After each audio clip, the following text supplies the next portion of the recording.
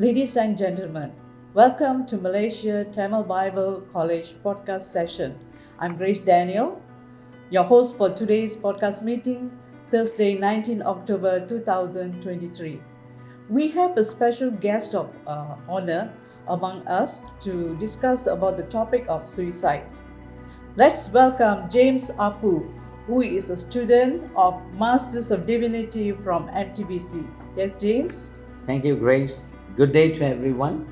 It's a pleasure to meet everyone for inviting me to talk on the topic of suicide issues. James, the reason we are here today is to discuss a topic on suicidal. Your project for today is to create awareness of pastoral care and counseling in the topic of suicidal. Can you please explain to us about this topic? Well, first of all, we need to understand that there is a stigma associated with suicidal, as some consider it as sinful and shameful. It is also considered a crime to commit suicide or to abet another. Okay. Person to commit suicide under the Penal Code Act 574. Oh, okay. And how did you derive at this information? As you all know, we can see from the news around us and social media, Yeah. the trend of suicidal seems to be increasing. Okay. And I did some research and I got this information from relatemalaysia.com, which I'm going to share in a short while. Okay, James, since it is considered a sinful and shameful act by many people, do you think that people will come forward to report such cases?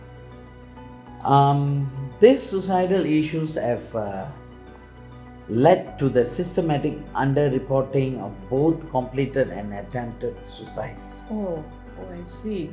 Okay, James, it seems like an unpleasant situation. Do you have any statistics to tell us? Yes, there is. A regional study placed the figure at 6 to 8 people per 100,000 individual per year. And the Ministry of Health has estimated that the rate could be as high as 10 to 13 people per 100,000 individuals. Okay. The number of suicide attempts are at least 15 times more than the number of completed suicides. Well, the situation seems, it looks alarming. Do you have any idea how they venture into this kind of negative acts? The most popular methods in Malaysia of suicide is by hanging, Okay. poisoning, Wow. by drinking pesticides, Oh dear. jumping off a tall building, Oh dear. and poisoning by car exhaust gas. Okay. I encounter with a family. This family is 4 siblings with mother, Okay. and then the mother passed away, and none of these children are married. I see. So they are older people. It's around 35 to 40 in average age, and they cannot take it because the mother passed away. Oh, okay. So they did what? They all get into the car with the mother. Okay. Mother already died. Right. Okay.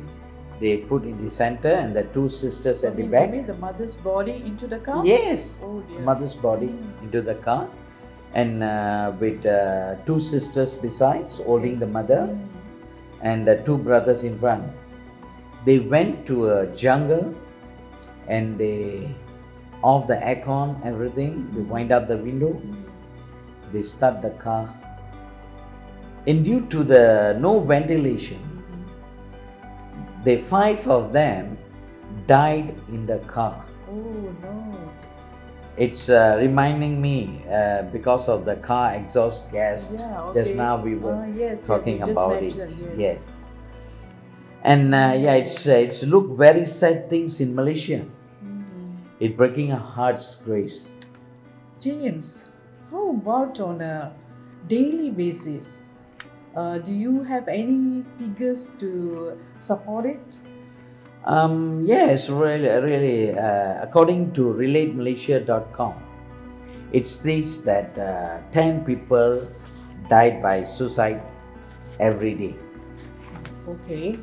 You did mention that 10 people dies by suicide every day. Do you have the figure on a race basis?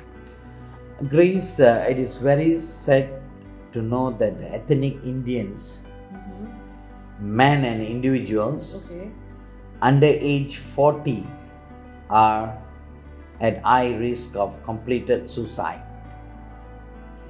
Other risk factors for attempting suicide include living in an urban area, being female, and being an ethnic Malay.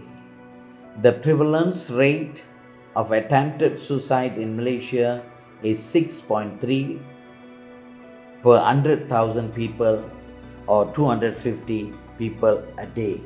Oh my. James, earlier you did say about the factors which are considered a crime to commit suicide or to abet another person to commit suicide. Are there any other risk factors involved in it?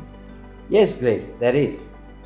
Other risk factors, things that make it more likely that someone would take their life, include experiencing a significant negative life event, physical and or mental illness, past suicide attempts, and family history of suicide and mental illness. About 1 in 3 individuals who commit suicide express their suicide intentions verbally or through writing. These are the factors which are really at high risk, Grace. I see. Okay, are these individuals give any sort of warning of their suicide plans? Grace. Why do you smile? No, if we have known before and of their suicidal plans, we would have saved them.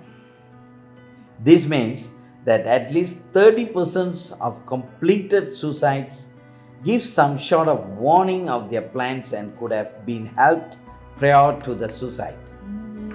As what I said just now, we would have saved them.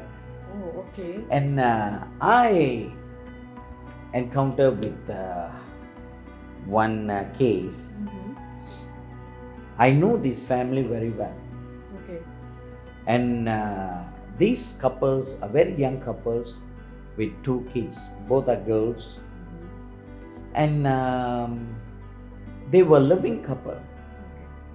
Suddenly there were argument among them, and there's a fight, and suddenly one day the wife was waited until the husband goes to work and then sent the children to school, and she write a note and kept on the table, and she started to hang herself on the ceiling fan. Oh dear. That's really shocked me. And when they called and said this person died and she hanged herself. Oh dear. And I quickly ran to the place and I saw the notes, and it was written there, because you have affair with another lady. Oh, okay. So I quit my life. Is a third party involvement? Yes, third party involvement. Oh, okay. And then they were arranging some funeral things and ceremonies and all that. Then after everything finished, I called the husband because I know the boy very well. Oh, okay. I asked him, what happened to you? You have a good wife and she's educated And she's a lawyer. Oh my, she's a professional. Yes. And how come you have this affair with another girl? Compared to her, this girl is nothing. And what happened to you? He just kept quiet. He didn't say anything. And I said, you really lost everything in your life. He never feel guilty about it? No, I feel he's not guilty about it because he was love with the girl, the present girl. Oh. So I said it is very sad things. Yeah, it is really sad. Yeah. Okay, James. I have heard a lot of suicidal cases during the COVID pandemic time. Do you have anything to say about it? Grace, it is a tragic nightmare when talking about pandemic. Yeah, it is. Yes. People lost their job. They were affected financially, emotionally, mentally, yes, and physically. Yep.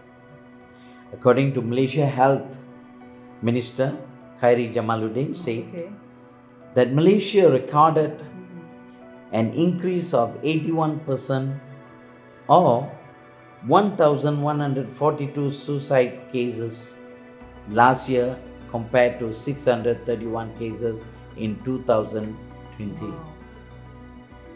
And he said that suicides during the MCO from March 18 to December 31, 2021, recorded by the police stood at 1,660 people.